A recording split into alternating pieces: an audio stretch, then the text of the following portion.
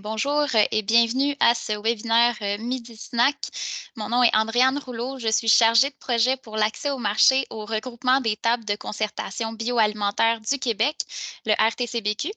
Donc, le RTCBQ est une organisation provinciale qui unit les forces de ses 17 membres à travers la province pour le développement du secteur bioalimentaire au Québec.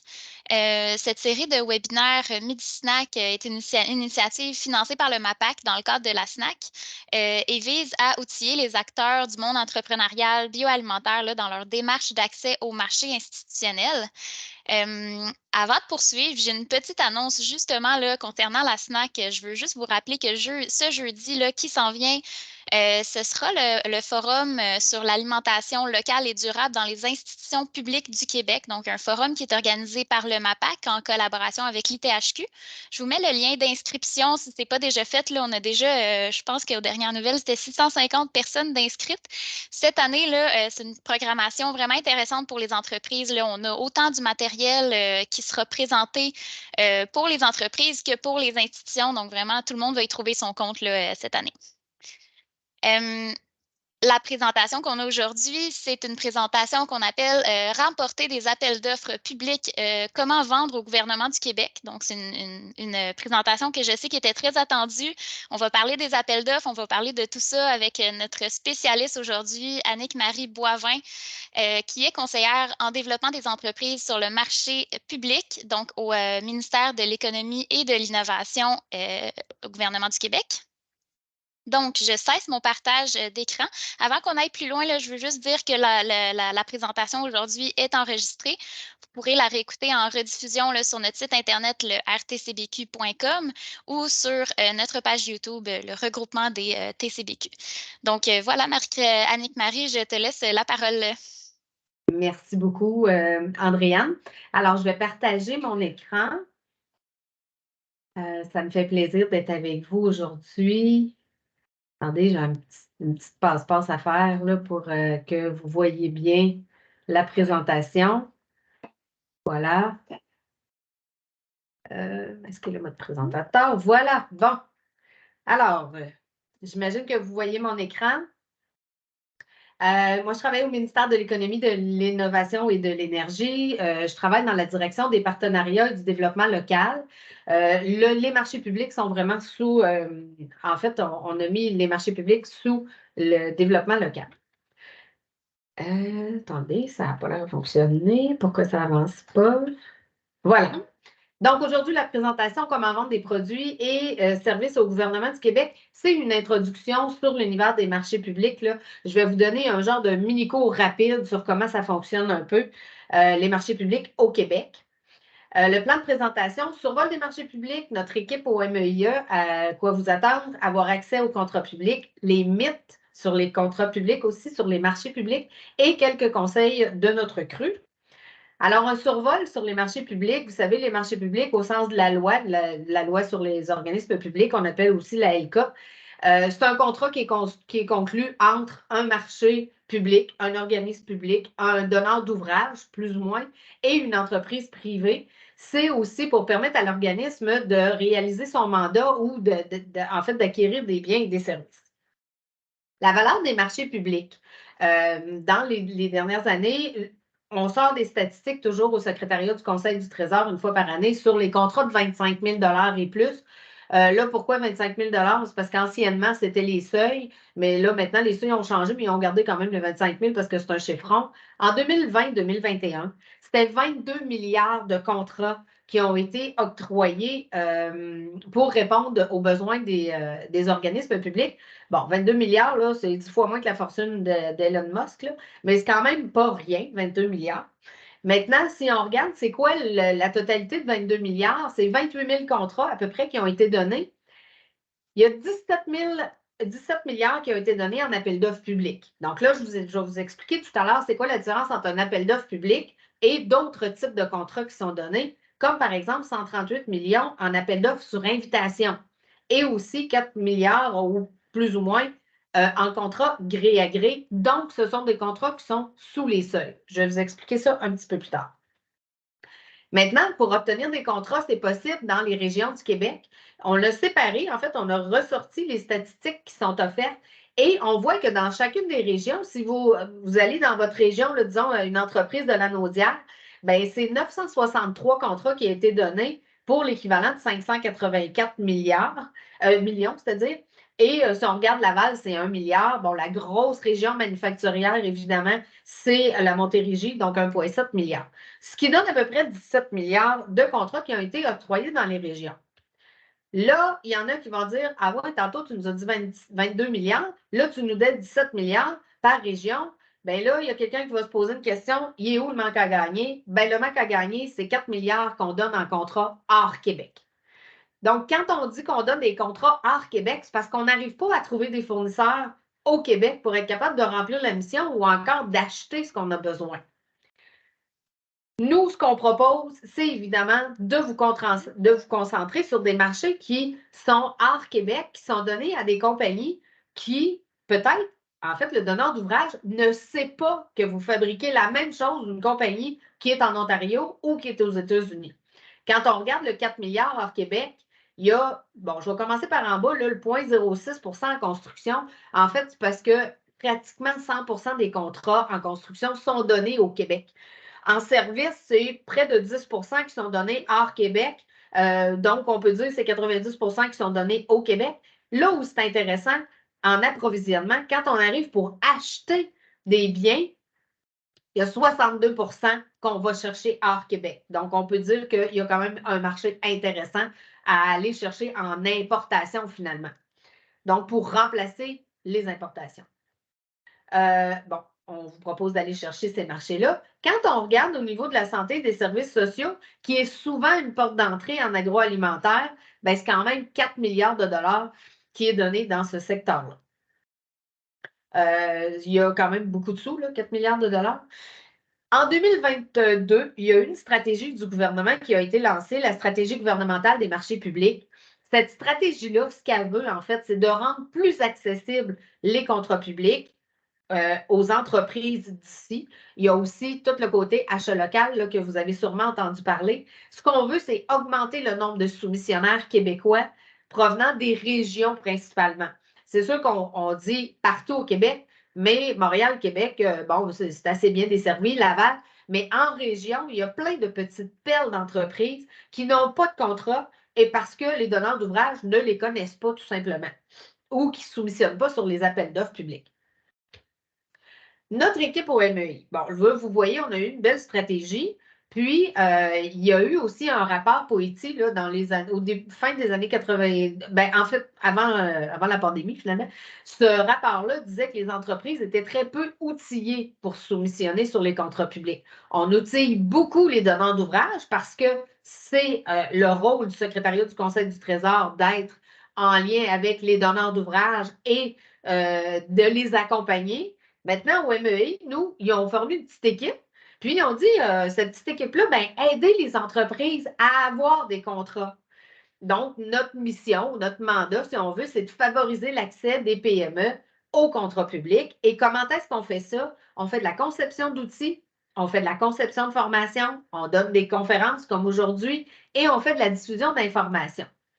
Là, il ne faut surtout pas confondre notre rôle en tant qu'équipe qui accompagne vers les marchés publics du rôle du secrétariat du Conseil du Trésor. Le secrétariat du Conseil du Trésor, lui, dans la réglementation, il peut, par exemple, travailler sur le plus bas soumissionnaire. Moi, si vous m'appelez et vous me dites qu'est-ce qu'on fait sur le plus bas soumissionnaire, je n'ai aucun contrôle. Par contre, dans les règles actuelles, je peux vous aider avec nos outils, nos formations à accéder au contrat public. Bon, maintenant, avoir accès au contrat public, pourquoi les entreprises hésitent? En fait, c'est comme une genre de traversée du désert depuis plusieurs années parce qu'il y a une méconnaissance des règles. Il n'y a personne qui explique aux entreprises comment ça fonctionne. Il y a des mythes aussi qui perdurent depuis plusieurs années. Il y a peu ou pas de formations qui sont adaptées dans différents secteurs et il y a une extrême rareté d'accompagnement. Maintenant, pour avoir accès au contrat public, on a 3 paliers. Comprendre l'univers des marchés publics, définir son marché en tant qu'entreprise et élaborer sa stratégie en tant qu'entreprise aussi. Donc, pour comprendre l'univers des marchés publics, il y a deux choses à comprendre. En fait, c'est tout le processus d'attribution de contrat et l'environnement légal. Je vais vous en parler rapidement. En approvisionnement, quand on parle d'agroalimentaire, bioalimentaire, les approvisionnements, c'est le seuil à retenir, c'est 121 200 et en service, 121 200. Ce qui est intéressant, c'est que dans ce secteur-là, le seuil d'approvisionnement en biens et en services est le même, alors que si je vais, par exemple, dans l'approvisionnement en biens dans un autre secteur, disons manufacturier, bien, le seuil d'approvisionnement, c'est 30 300. Donc, il y a quand même quelque chose de favorisant pour les entreprises dans le secteur agroalimentaire. Quand on regarde les contrats sous les seuils, bon, là, je vais parler tantôt, un appel d'offres public, c'est tout ce qui est en haut de ces seuils-là. Quand on est en bas de ces seuils-là, on peut avoir en tant qu'entreprise soit être invité à soumissionner par un donneur d'ouvrage qui va inviter 2, 3 entreprises pour l'obtention de soumission, ou encore, on peut avoir un contrat de gré à gré. On peut avoir aussi les appels d'offres publics régionalisés. Ça, c'est au-dessus ou sous les seuils, là. Les appels d'offres régionalisés, en fait, c'est déterminé dans un territoire. Là, le territoire, ce n'est pas nécessairement une région administrative, mais c'est le donneur d'ouvrage qui pourrait dire, dans ce territoire donné-là, moi, je voudrais avoir des soumissionnaires. Territoire pourrait être, par exemple, Charlevoix. Donc, Charlevoix est une région qui pourrait être déterminée, alors que la région administrative, c'est Charlevoix, en fait, est inclus dans la capitale nationale, mais le donneur d'ouvrage pourrait dire, donc, moi, je veux juste Charlevoix. Donc, les appels d'offres régionalisés, c'est comme ça. Les appels d'offres publics volontaires, ça, c'est plus rare, en fait. C'est quand c'est en dessous des seuils, mais que le donneur d'ouvrage juge qu'il a besoin de passer à travers tout le processus d'appel d'offres public. Maintenant, quand on parle du mode d'adjudication, à part que d'avoir 23 points au Scrabble, adjudication, ce que ça veut dire, c'est le mode de contrat, comment le donneur d'ouvrage va déterminer comment il va sélectionner les soumissions. Il y a le prix uniquement, qui est communément appelé le plus bas soumissionnaire. Il y a la qualité minimale et un prix, prix ajusté le plus bas ou en qualité seulement. Donc, il y a 4 types dans lesquels le donneur d'ouvrage pourrait donner un contrat et va déterminer, bon, moi, est-ce que je veux donner des points à la qualité? Est-ce que je veux juste la qualité, mais le prix, ça ne me dérange pas? Donc, l'adjudication, c'est ça. C'est comment le donneur d'ouvrage va octroyer son contrat. Maintenant, il existe d'autres choses aussi, d'autres modes de communication avec le marché que le donneur d'ouvrage peut utiliser. Il y a différents types d'avis. Il y a un avis d'intention. Bon, j'ai l'intention de donner un contrat à l'entreprise X et c'est publié sur l'appel d'offres, sur le système électronique d'appel d'offres pour dire, OK, il y a un ministère qui a l'intention de donner un contrat. On appelle ça un avis d'intention. Y a-t-il quelqu'un qui s'oppose à ça? Y a-t-il quelqu'un qui a des questions? Comment ça fonctionne? Il y a aussi les appels d'offres, les appels d'intérêt qu'on appelle. Ça, c'est vraiment très intéressant parce que c'est le donneur d'ouvrage qui va sonder le marché pour demander, hey, y a-t-il quelqu'un qui répondrait à mon besoin si je lançais un appel d'offres ou encore si j'avais besoin de faire un appel d'offres sur invitation, y a-t-il quelqu'un qui y répondrait? En tant qu'entreprise, vous avez avantage à regarder les appels d'intérêt en disant, ah, tiens, il y en a un qui a l'intérêt de donner un appel d'offres. Je vais l'appeler, je vais lui dire, moi, oui, j'aurais l'intention de soumissionner, par exemple. Un avis de qualification, ici, on qualifie l'entreprise. Donc, c'est l'entreprise qui passe à travers un mode pour se qualifier pour éventuellement qu'il soit prête à soumissionner lorsqu'un appel d'offres public va sortir. J'avoue, c'est beaucoup la construction là, parce qu'ils qualifient des entreprises qui sont capables de répondre à des appels d'offres. Et aussi, il y a l'avis d'homologation de produits. Le ministère ou l'organisme ou le donneur d'ouvrage dit, moi, j'aimerais faire l'acquisition de telle chose, mais il faut que les produits soient certifiés, il faut qu'ils soient homologués. Donc, l'entreprise va faire homologuer son produit pour éventuellement soumissionner. Maintenant, quand on parle du cadre légal, il y a le lobbyisme qui existe. Le lobbyisme, ce n'est pas illégal, en fait, d'en faire. Vous pouvez parler à un donneur d'ouvrage, mais il y a des critères à respecter. Si vous parlez au donneur d'ouvrage qui est en processus d'appel d'offres, bien là, il faut lui parler sur ce à quoi lui, il fait référence dans son appel d'offres. Mais si vous êtes à l'extérieur d'un appel d'offres, bien, vous avez le droit quand même de parler aux donneurs d'ouvrage, mais il y a des règles. Vous pouvez vous inscrire à l'Obéisme Québec en tant que personne et vous pouvez parler au donneur d'ouvrage, lui poser des questions, proposer votre produit, lui expliquer votre produit, lui parler du secteur dans lequel vous travaillez. Il n'y a rien d'illégal là-dedans. La seule chose qu'on demande, c'est d'être transparent. Alors, ce qu'on vous demande, c'est d'aller sur l'Obéisme Québec et de regarder les règles et de vous inscrire pour parler aux bonnes personnes en bon temps. Vous sentez que vous êtes lésé, par exemple, vous pensez que dans un appel d'offres, ce n'est pas tout à fait équitable, vous pouvez parler à l'AMP, l'Autorité des marchés publics, et n'ayez crainte, ces gens-là ne mordent pas et ils peuvent répondre à vos questions. Ils ne sont pas dangereux, puis ce n'est pas toujours pour porter plainte. Vous pouvez leur poser des questions. Maintenant, en tant qu'entreprise, quand on dit moi, je veux accéder au contrat public, qui achète? Comment je fais pour trouver les acheteurs? Bien, la porte d'entrée, en fait, c'est le système électronique d'appel d'offres. Le système électronique d'appel d'offres, c'est un endroit où est-ce que vous allez avoir l'ensemble des appels d'offres publics. Ça, on parle des contrats qui sont au-dessus des seuils.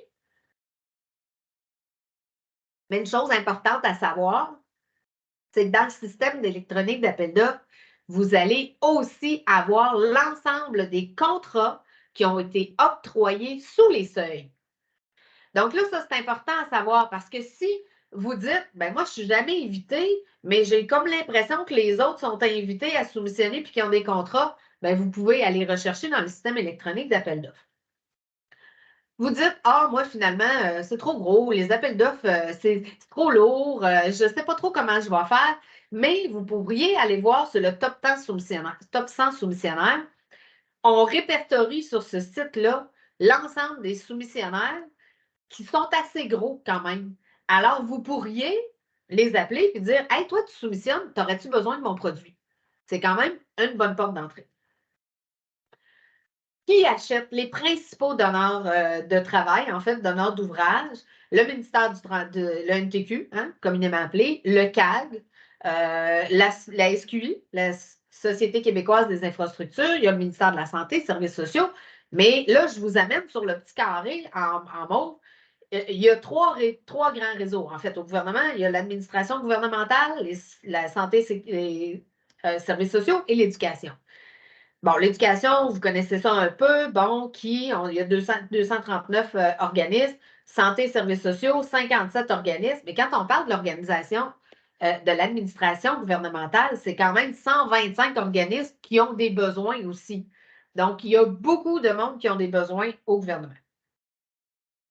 Quand on parle du SEAO, vous allez retrouver dans le système électronique d'appel d'offres les codes UNSPSC, plus communément appelés en bon français les United Nations Standard Products and Services Code, que tout le monde connaît, bien évidemment.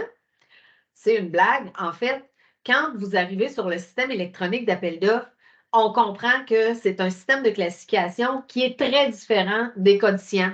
On est habitué au Canada à travailler un peu plus avec les codes SCIAN. Bon, on est un manufacturier, 33, 43, tout ça, ça se décline. Les UNSPSC, c'est un code de classification international qui a été utilisé. Il y a quand même 30 000 codes là-dedans. Donc, il faut être capable de retracer, moi, mon produit, qu'est-ce que je vends, dans quel code il pourrait être disponible.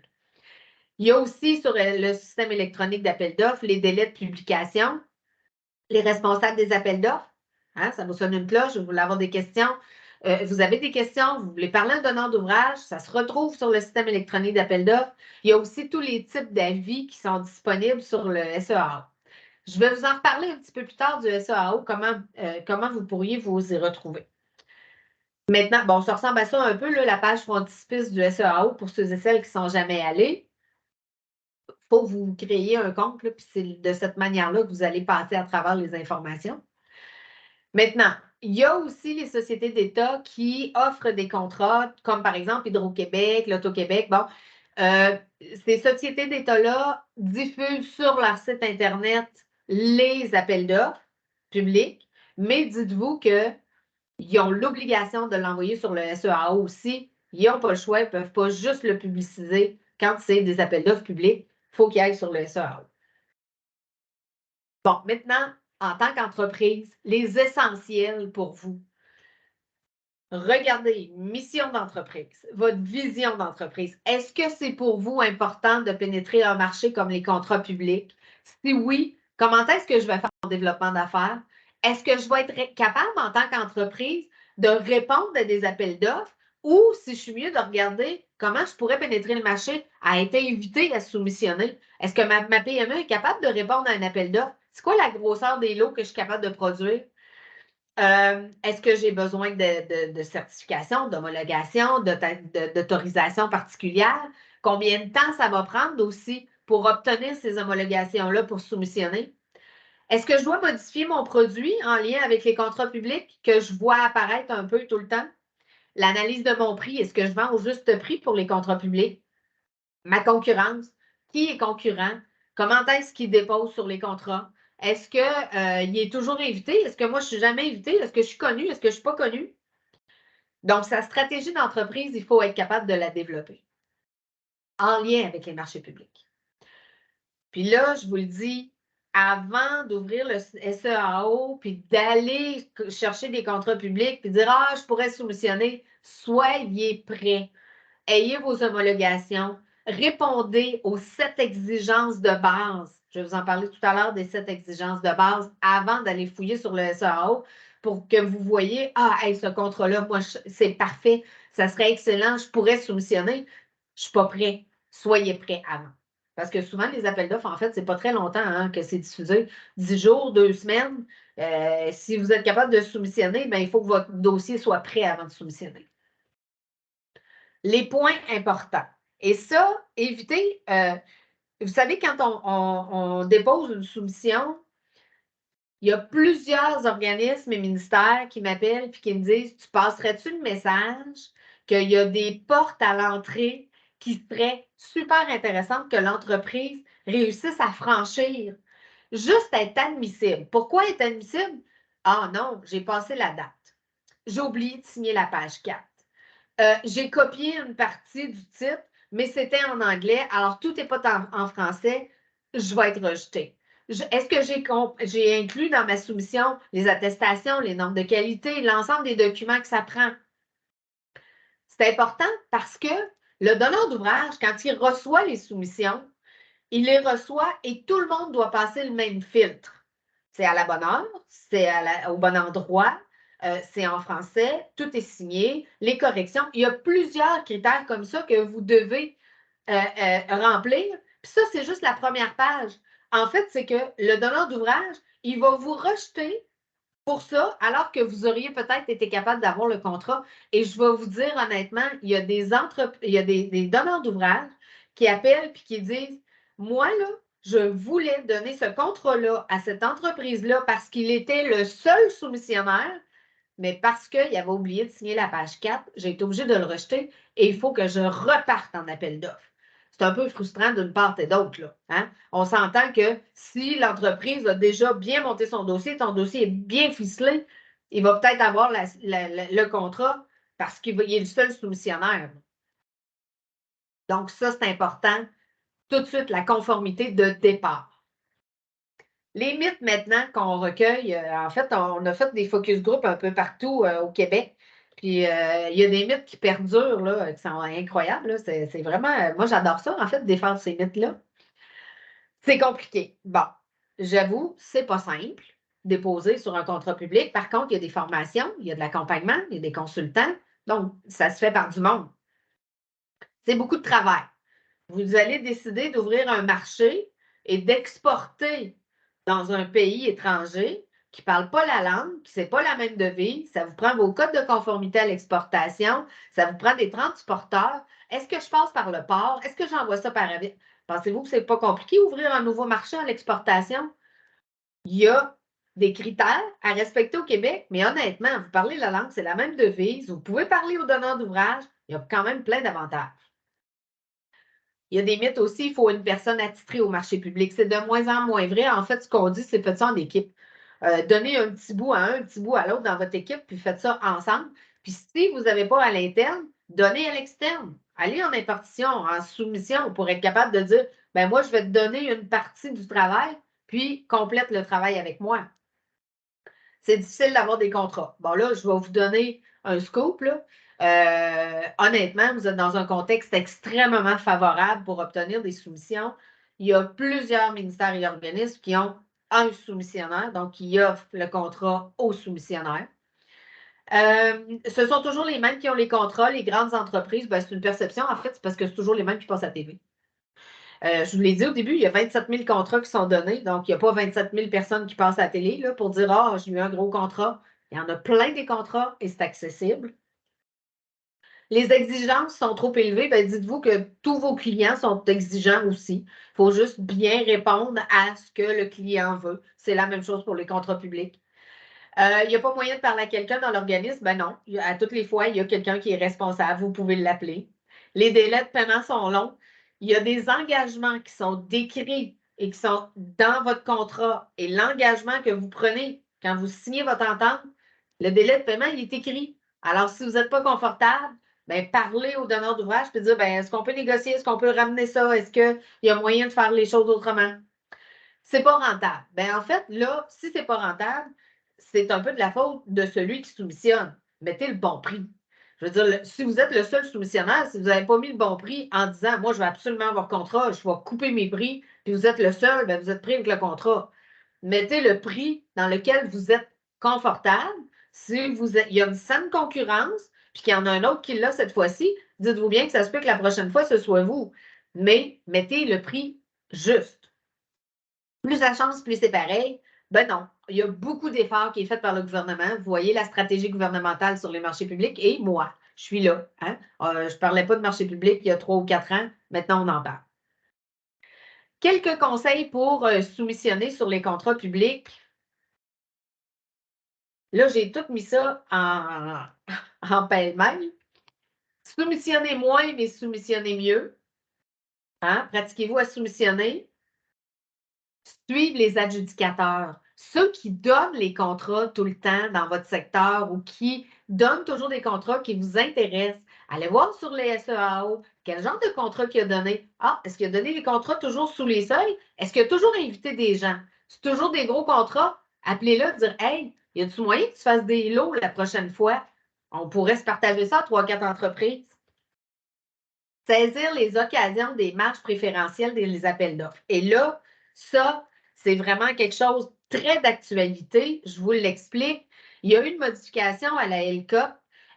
Puis dans la LCOP, maintenant, on a le droit, en tant que donneur d'ouvrage, de mettre des marges préférentielles. De dire, parfait, moi, les entreprises qui vont avoir un processus de développement durable, je vais octroyer un 10 de marge préférentielle. Ou encore, je vais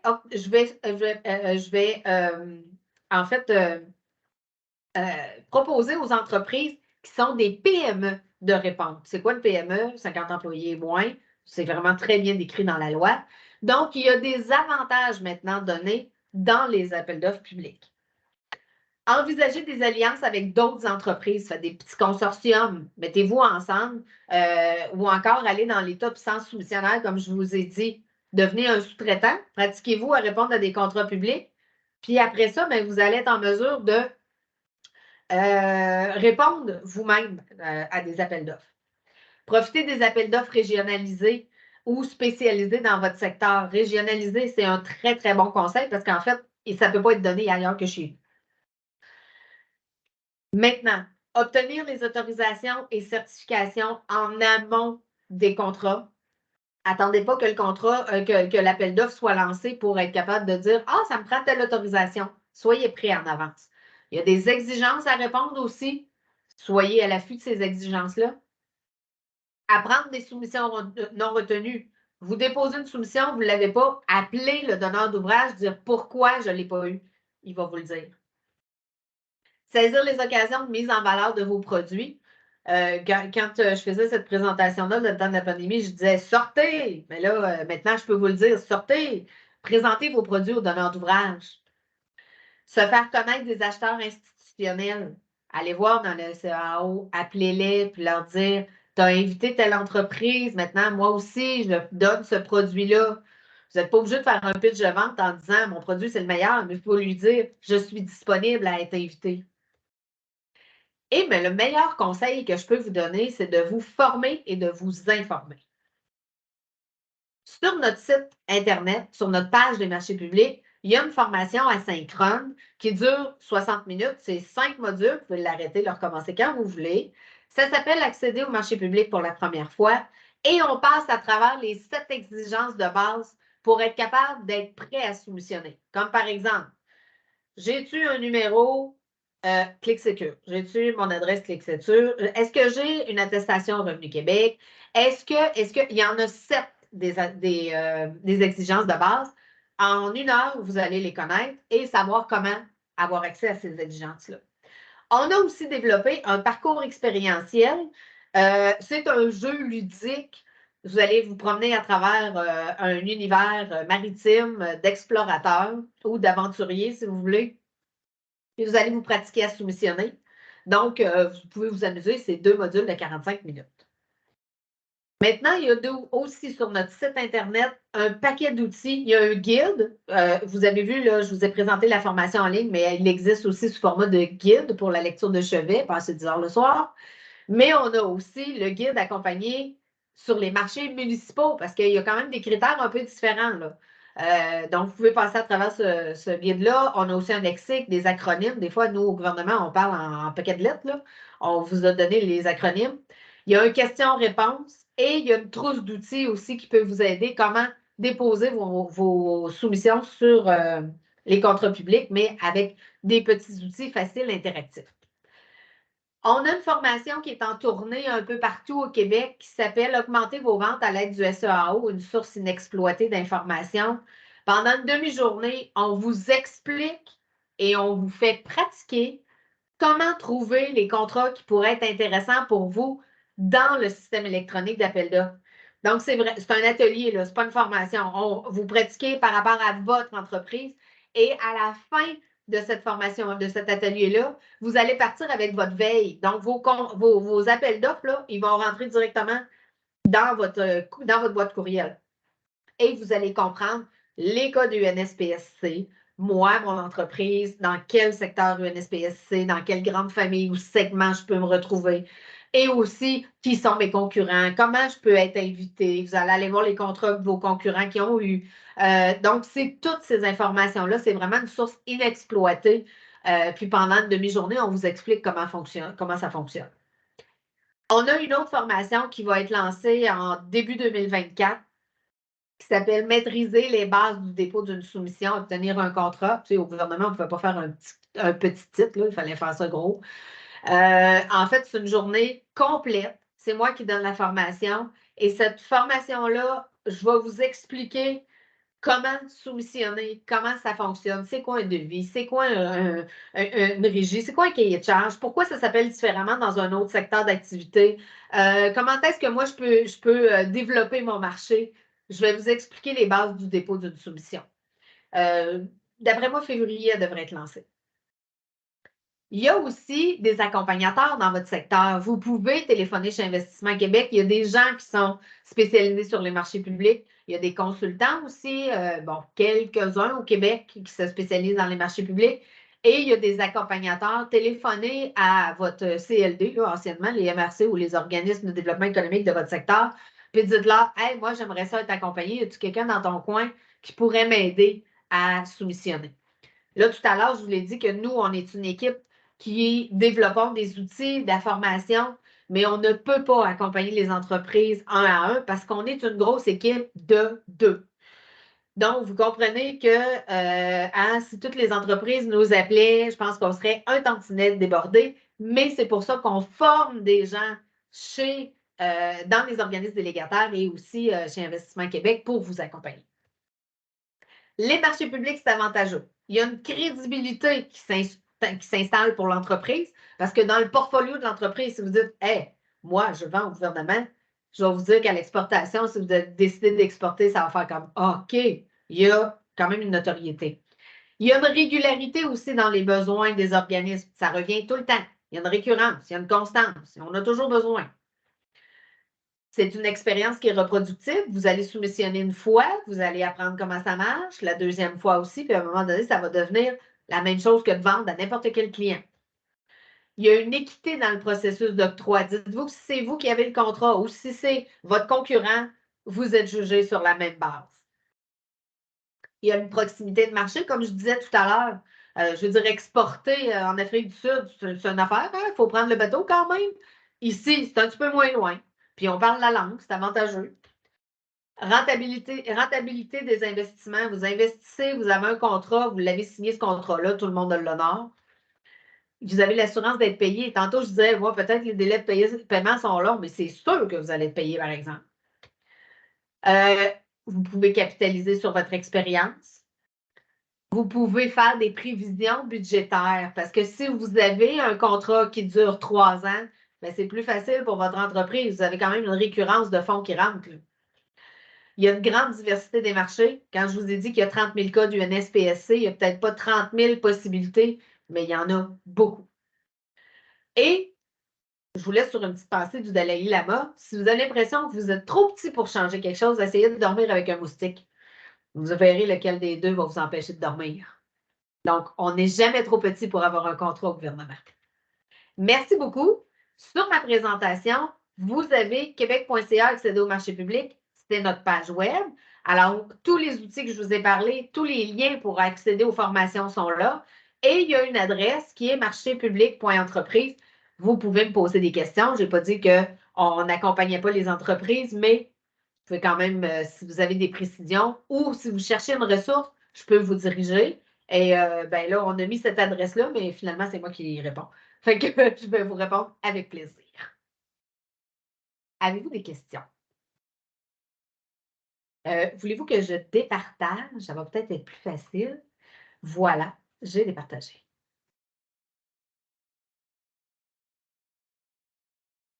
Pas de questions, c'était clair? C'est extraordinaire. On t'entend pas, Andréane? Débranché. Combien de fois on peut le dire dans une journée, hein? On t'entend pas. Non plus.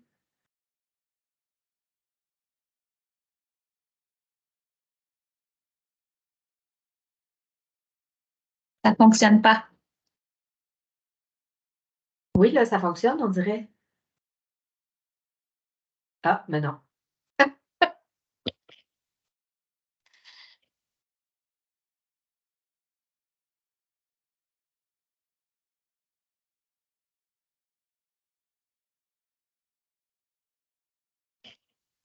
Je vais prendre la relève. Merci beaucoup, Annick-Marie, pour cette belle présentation. Est-ce qu'on a des questions? Parce que je sais qu'on avait des questions, il y avait des petits pointillements, là, des choses à spécifier. Mais est-ce qu'au niveau de l'auditoire, il y a des questions? Pas de questions. On a posé une question dans le chat, là. Ben, c'est sûr que mon adresse, attendez, je vais vous la copier. Je vais vous l'envoyer direct dans la conversation, le lien pour avoir accès à tous nos outils et nos formations. Voilà, c'est fait. Donc, juste à cliquer là-dessus. Quand je vous parlais tout à l'heure de la formation sur le système électronique d'appel d'offres, l'atelier, qui est en tournée partout au Québec, on est partenaire avec l'École des entrepreneurs du Québec et c'est eux qui font la promotion de ça. Il y en a un atelier qui va s'offrir à Longueuil le 15, si je ne me trompe pas, mercredi prochain. Il y en a une demain à Saguenay, en fait, c'est à Jonquière, pour les gens de là. Puis, c'est ça, le 15 à Longueuil. Mais là, je ne me souviens pas des autres. Le 5 décembre à Gatineau, il y en a d'autres. Là. Allez voir sur notre page, là, vous allez avoir l'ensemble des formations. Nick-Marie, ça va nous faire plaisir au niveau du regroupement d'afficher ces dates-là dans notre prochaine infolette. La prochaine infolette qui va promouvoir notre prochain webinaire snack. Donc, et là, on a des questions. Une question de la part de Dominique Lacroix. Vas-y, Dominique. Oui. Oh, on ne vous entend pas. Est-ce que ça se peut que tu aies fermé les micros de tout le monde, Andrea? C'est ça, Voilà, hein, parce que je vois un petit rond, ouais. Ben, en attendant, on garde ta main levée. Ah, Ça marche? vas-y, Dominique. Oui. Oui, alors ben, Ouais. je vous remercie pour la présentation. C'était pourquoi j'ai des brillants en arrière de moi? Ah, parce que vous parlez, c'est extraordinaire. C'est cool, j'avais jamais vu ça. Merci beaucoup pour la présentation, c'était super punché, super compréhensible.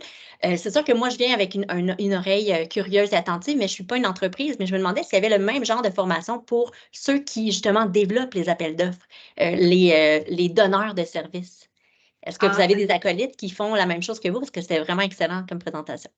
Ben, en fait, les donneurs d'ouvrages sont accompagnés par le secrétariat du Conseil du Trésor. Là, je parle des ministères et organismes, là, je ne parle pas des municipalités. Tout ce qui est municipalité est accompagné par le ministère des Affaires municipales. Oui. Oui, allez-y.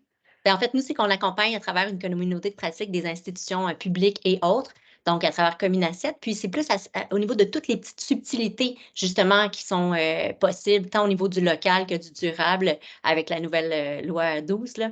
Donc, je me demandais si, pour bien comprendre tous les petits rouages, parce que vous avez parlé d'appels d'offres régionalisés, mais j'avais compris qu'il y avait quand même des subtilités là, au-dessus des seuils, puis j'aurais aimé ça avoir plus de détails à ce niveau-là. Bien, en fait, je vous invite à communiquer directement avec le sous-secrétariat au marché public du secrétariat du Conseil du Trésor. Hein, ils ont un petit titre, là. Je peux vous mettre l'adresse courriel si vous voulez rapidement. Merci. Ils ont un sous-secrétariat, ça s'appelle Faire affaire avec l'État, puis eux forment les dirigeants. Okay, donc, en fait, pas les dirigeants, là, mais les. Attendez un petit peu, je vais vous copier ça. Voilà. L'adresse courriel, c'est marché.public@SCT. Si vous posez vos questions à eux, c'est eux, en fait, qui sont responsables de former les donneurs d'ouvrage. Parfait. Merci beaucoup. Donc, c'est sûr que, je vais être honnête, là, il y a comme un petit monde. Tu sais, nous, on est nouveaux à former les entreprises pour avoir accès. L'objectif de la loi 12 est beaucoup tourné vers les donneurs d'ouvrages. Ils ont beaucoup de formations actuellement. Ils ont beaucoup, beaucoup, beaucoup de travail sur beaucoup de mesures aussi à la stratégie, mais ils sont en voie de. Mais vous comprenez que nous, ce qu'on fait avec les entreprises, c'est dans le cadre actuel, mais les donneurs d'ouvrages sont sensibilisés à la loi 12 et aussi au changement là, dans la nouvelle loi sur les PME. Ils vont réserver des. Donc, ça se travaille, mais c'est long. Hein? Oui. Puis, on a commencé à faire ça en 2022. Je veux dire, on est dans les balbutiements. Puis, au SGT, eux autres, ils sont capables de travailler avec les donneurs d'ouvrages. Là, j'ai vu une petite question. C'est normal de demander un dépôt. Une entreprise de fruits et légumes m'a mentionné qu'un dépôt de 20 000, ce qui est beaucoup pour elle. C'est normal de demander des dépôts. En fait, c'est souvent des cautions qui appellent. Mais moi, si j'étais l'entreprise qui veut soumissionner, puis qui a un appel d'offres, puis qui a un dépôt de demandé, j'appellerais le donneur d'ouvrage, puis je lui poserais des questions. Pourquoi un dépôt aussi élevé? Et puis, tu sais, plus on est informé, mieux c'est. La question en 3 lignes comme ça, moi, je ne peux pas m'avancer et dire, ben non, il n'aurait pas dû le faire, ou oui, il aurait dû le faire. Ça peut être normal, mais il y a sûrement des conditions dans lesquelles le donneur d'ouvrage va demander un dépôt. Puis ces conditions-là, si les entreprises ne le savent pas, il faut qu'ils les demandent. Puis peut-être qu'un coup qu'il va avoir l'information, l'entreprise va dire, ah, ben oui, je n'avais pas pensé à ça, mais ça peut être logique. Ou encore, peut-être que le donneur d'ouvrage, il n'avait jamais pensé que 10 000, ça serait beaucoup. Il faut se parler, je pense. C'est ça l'objectif. Annick-Marie, en complément d'information à la question de Dominique Lacroix, je voudrais rajouter que les conseillers et conseillères de l'ITHQ sont en accompagnement des institutions à travers le Québec pour les sensibiliser sur les subtilités qui sont possibles dans les appels d'offres. Donc, on parle des clauses de développement durable, tout ce qui entoure la loi 12, là, donc loi du développement durable, développement des régions, etc., etc. Et sensibiliser au fait qu'il y a des produits locaux, puis qu'il y a d'autres formes que passer par égal, qu'il y a du gré à gré, etc. Donc, il y a une belle sensibilisation de terrain qui se fait présentement à la grandeur du Québec pour justement favoriser les petits plus volumes, mais aussi les produits régionaux. Et comme je vous ai dit tout à l'heure, juste une précision, là, tout le monde fait des efforts, que ce soit sur les demandes d'ouvrage ou de notre côté, parce qu'il y a de moins en moins de soumissionnaires. On a de la misère à avoir des soumissionnaires. Puis je dis toujours à la blague, c'est pas dans votre secteur, là, mais je vous le dis, là, bientôt en Abitibi, là, ils vont donner des pelles à tous les citoyens parce qu'il n'y en aura plus de déneigeurs. De moins en moins de soumissionnaires. Donc, il y a de la place dans les marchés publics pour que vous ayez accès à des contrats. Puis si ça vous fait peur, les appels d'offres publics, allez voir qu'est-ce qui s'est donné en contrat gré à gré. Des fois, vous pouvez avoir un mini-contrat de 5 000, 8 000 puis dire, hey, ça fait la différence. Puis là, vous bâtissez une relation avec le donneur d'ouvrage. La clé, tu le sais aussi, c'est de se faire connaître par les acheteurs qui, avant d'aller en appel d'offres, peuvent nous faire un petit coup de fil lorsqu'on on est sous les seuils. Donc, faites-vous connaître, participez aux événements dans votre région, c'est très important. Dans ma formation que je vais distribuer, là, que je vais commencer à déployer, là, j'ai un pan là, sur comment se faire connaître. Puis, je voulais vous dire, là, je vais vous le dire parce que ça me fait du bien de vous le dire, là. Mais là, bientôt, on va lancer des capsules de 2-3 minutes qui vont démystifier les marchés publics. Ça va être des petites capsules facilement consommables sur YouTube, sur notre chaîne, en fait, qu'on va déployer. On va avoir 11 capsules qui vont être lancées d'ici décembre. Puis peut-être, en tout cas, au total, une vingtaine pour cette année. Puis c'est des capsules qui vont un peu résumer ce que je dis, mais qui vont aller un petit peu plus loin aussi, comme comment se faire connaître des donneurs d'ouvrage. Il y a des moyens. Pas juste l'appeler, mais il y a d'autres façons aussi. Non, est-ce que la question sur les modifications pour favoriser les PME a été abordée? Est-ce que c'est correct pour la personne qui a posé la question, Andréane Rouleau? Les nouvelles modifications pour favoriser les PME sont très intéressantes. Peux-tu nous en parler davantage, Annick-Marie? Oui, bien, en fait, quand on regarde dans le système électronique d'appel d'offres, là, il y a maintenant une possibilité pour le donneur d'ouvrage de cibler des PME. Donc, cibler des PME, ça veut dire moins de 50 employés. Puis là, il y a comme un genre de petit calcul à faire. Là, c'est les 12 une entreprise qui est en fonction depuis 4 ou 5 ans, disons, ben, dans les 12 dernières périodes, dans son année, finalement, toutes ses payes, la moyenne de ses employés, est-ce que c'est 50 et moins? Ou pour une entreprise qui est nouvellement, ben là, elle prend seulement les mois d'opération sur lesquels elle a son nombre d'employés, il faut que ce soit moins que 12 employés. Donc, ces critères-là vont être cochés nécessairement dans les appels d'offres, dans le système électronique d'appel d'offres. Alors, si vous avez moins que 50 employés, le donneur d'ouvrage ne donnera pas son contrat à une entreprise de 100 employés. Vous allez être privilégié sur ces contrats-là. Donc, ça, c'est très, très intéressant. On parle beaucoup de développement durable. Aussi, vous savez, là, il y a 21 critères là, pour être qualifié avec du développement durable, tout ça. Là, je ne vous ai pas parlé des marges préférentielles. Les marges préférentielles, c'est un montant, un pourcentage que le donneur d'ouvrage va retirer de votre soumission pour voir qui va être le plus bas soumissionnaire. Je vais vous donner un exemple assez simple, là. Il y a un contrat, puis c'est à peu près 10 000 Bon, vous soumissionnez à 10 000 vous êtes 3 personnes à soumissionner, les 3 sont à 10 000 Vous, par contre, vous avez un critère de développement durable, vous avez une planification de développement durable, vous avez des critères qui disent, ben moi, je livre à moins de tant de kilomètres, ce qui fait que c'est un critère intéressant pour moi. Le donneur d'ouvrage dit, ben tous les soumissionnaires qui ont un critère de développement durable, moi, je vais lui octroyer un 10 Donc, les 3 soumissionnaires, les 3 concurrents sont à 10 000 Donc là, vous dites, ben moi, j'en ai un. Fait qu'il va retrancher de votre soumission 10 donc, et votre soumission va se ramasser comme un peu à 9 000 Donc là, lui, il va donner au plus bas soumissionnaire. Donc, le plus bas soumissionnaire, parce que vous vous ramassez à 9 000 parce qu'on a retranché le 10 ben, c'est vous qui allez avoir le contrat. Mais là, il ne faut pas oublier que le contrat va être donné, mais la soumission était quand même à 10 000, vous allez être payé 10 000, là, vous ne serez pas payé 9 000. C'est au fin du calcul pour à qui on va donner le contrat, qui là, à ce moment-là, vous allez être privilégié parce que vous avez un critère de développement durable qui avait été en marge préférentielle.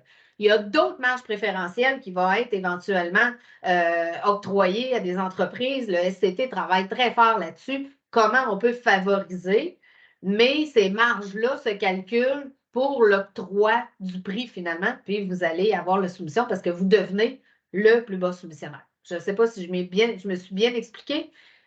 Vous regarderez ma capsule. Elle va sortir bientôt. Certainement qu'on va regarder ces capsules-là. On va en faire également la promotion dans nos prochaines infolettes. Merci beaucoup, Annick-Marie. Il est bientôt l'heure de se quitter, de terminer le webinaire. Est-ce qu'il y a d'autres questions dans la salle? Oui, je vois presque des mains levées. Non. C'était tout clair. Est-ce que maintenant on m'entend? Oui! Ah, c'est super, c'est super. Mais en tout cas, merci Annick-Marie d'avoir répondu pour la présentation. Là, overall, c'était excellent, c'était très intéressant. Merci d'avoir répondu à ma question pour favoriser les PME et tout, parce que moi, je voyais ça a été annoncé par le Conseil du Trésor le 12 octobre dernier, une nouvelle mesure pour favoriser les PME. Je voulais juste souligner que, tu sais, il faut savoir que c'est tout nouveau, tout ça. Fait qu'en ce moment, c'est pas utilisé, mais je pense que c'est un levier intéressant qui sera de plus en plus utilisé par nos institutions au Québec pour favoriser les petites entreprises, donc celles que tu décrivais là. Fait qu'il y a de l'espoir pour. C'est pas juste les grandes entreprises là, qui peuvent accéder au marché institutionnel. Cette réalité-là, c'est plus vrai. Comment tu disais ça tantôt là? C'est pas vrai que plus ça avance, plus c'est pareil. Il y a du changement. Exactement.